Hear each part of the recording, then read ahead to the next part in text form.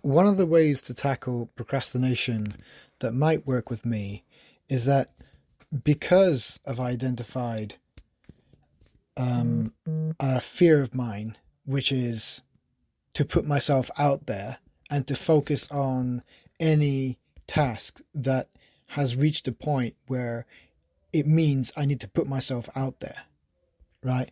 I will basically try and do anything to avoid that, to take that next step, right? To actually put myself out there. I have definitely got some kind of blockage there. So I would literally try and do anything else. And even if that means doing things that I've been putting off that I don't want to do, I will do them. If it means I can avoid doing the thing that I really should be doing, right? Yeah, the thing that I care most about, I would rather do anything else but that. It's so absurd. It's so absurd how twisted that is. I care a lot about something, so I'm scared to go down the path to actuate it, just in case of whatever. What is that fear? What is that avoidance? But yeah, that's in my case. But generally, if you know that there's a deep avoidance of something in someone, then once you know what that is, a way to actually help with procrastination is just force that individual to sit down and start doing some work on that thing that they really should be doing, whatever that is. And if they've been procrastinating and putting that off, there's a whole bunch of other stuff that they also procrastinate on, right?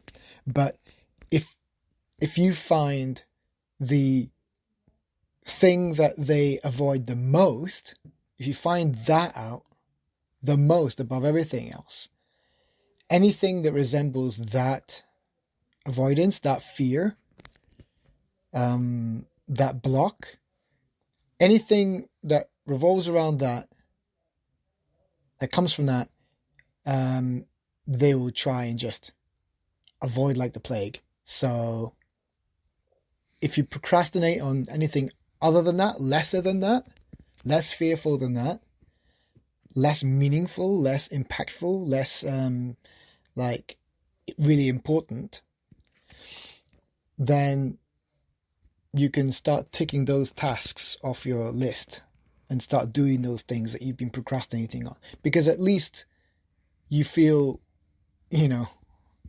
like it's easier to do those as opposed to the thing that you're really scared of.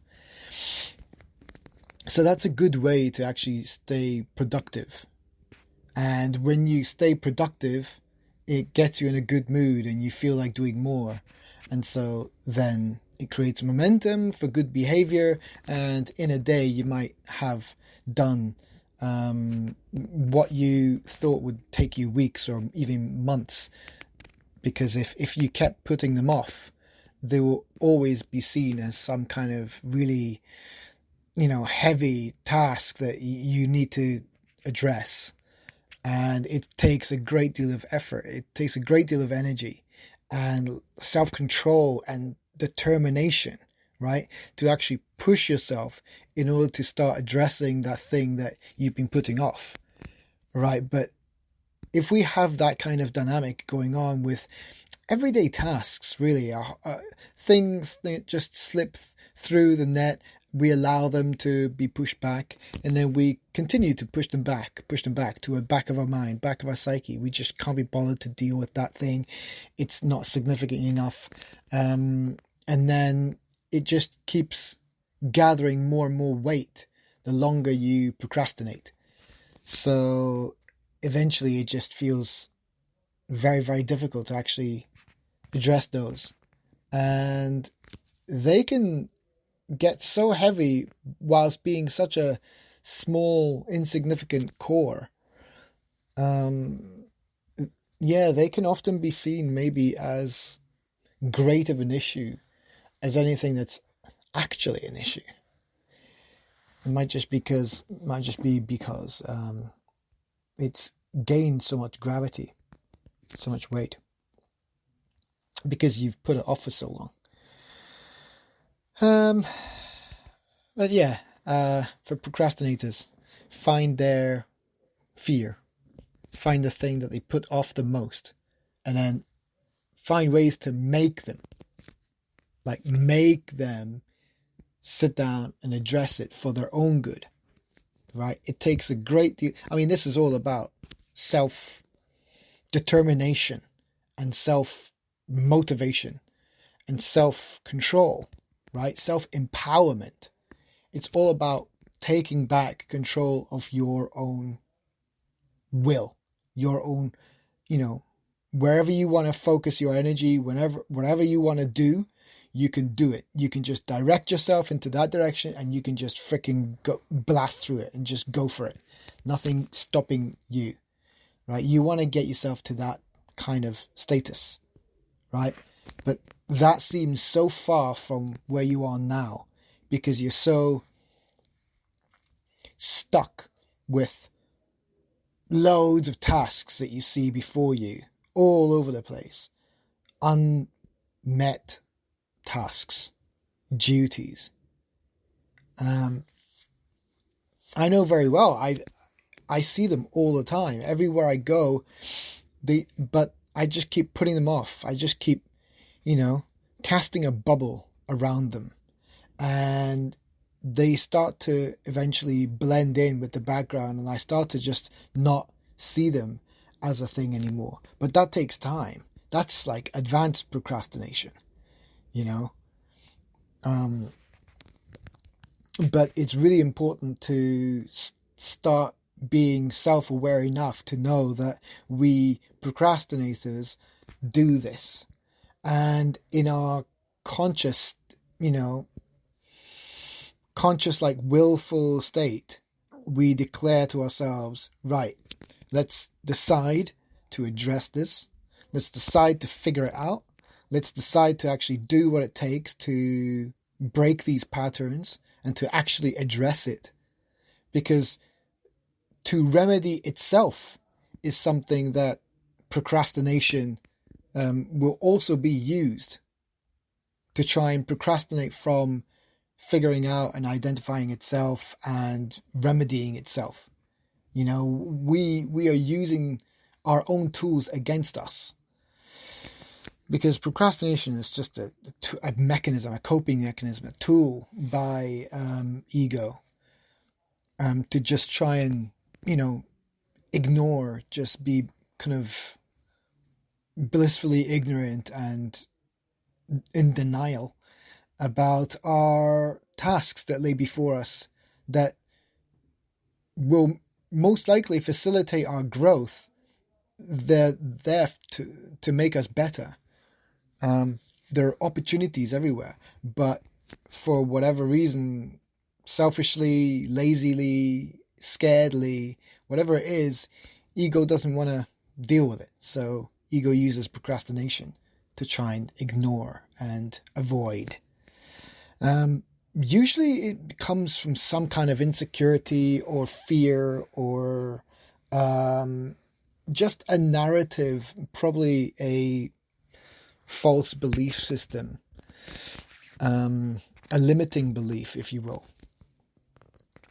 So it's important to understand that the patterns are the same in all procrastinators. It seems to me that if you really ask them, maybe just observe what they avoid the most. Just as long as you understand that, get them to admit the things that they avoid doing the most. If they're honest with themselves and they're self-aware enough that they know they have some kind of procrastination issue in the first place, then they should be able to answer what they put off the most if they're quite honest with themselves.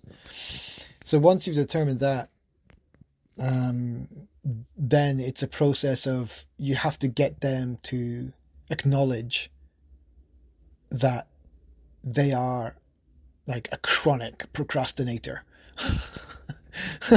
And that it is one of the main tools that ego has a control over them with. And they fit this archetype, so they have this issue, and now they recognize it's an issue. It's not something that they favor. Recognize that it's been having a hold of me, and if I was to willfully ask myself, what do I prefer? I would answer, I would prefer not to procrastinate. I would prefer to have the will and the, like bravery and grit and motivation to enact whatever I need to enact, because I'm tuning into what it might mean for me later on to actually achieve these things, to have goals and to set out a strategy and to follow these milestones along this journey to achieving whatever you want. I want that for myself. If I'm to be completely honest, I want that for myself. I want that power. I want that characteristic, right? And if I have something that's limiting me from that, why the hell would I not want to address it? So air it out. Get to the point where you acknowledge that this mechanism, this procrastination tool has been leveraging you and stripping you of your control, of your ability to say, this is what I want and I'm going to go get it, without holding myself back for some silly reason, right? And I think it's just because of ego. It's just ego is afraid. That's all, right? So even though you might have a strong desire, it's in conflict to ego's fears, okay? Whatever they are, his insecurities, whatever. So air it out, get it out in the open, shed the light on it, observe what its nature, understand that this system is going on, this mechanism, with these names that I'm associating them with. Understand that, and that will help you understand yourself a bit better and become more self-aware. And the more self-aware you are, the more you're able to frequently snap yourself out of being controlled by pre-existing mechanisms, right? That will just help you avoid uncomfortable stuff. And it will help you just wake up, realign yourself, take control, do what you need to do to turn it around, and just keep focusing, keep making yourself focus on the thing that you desire, because that's what it's about. It's about a strong desire. So all this is really is, I think, an exercise to try and strengthen someone's compass, right? Someone's desire, their compass.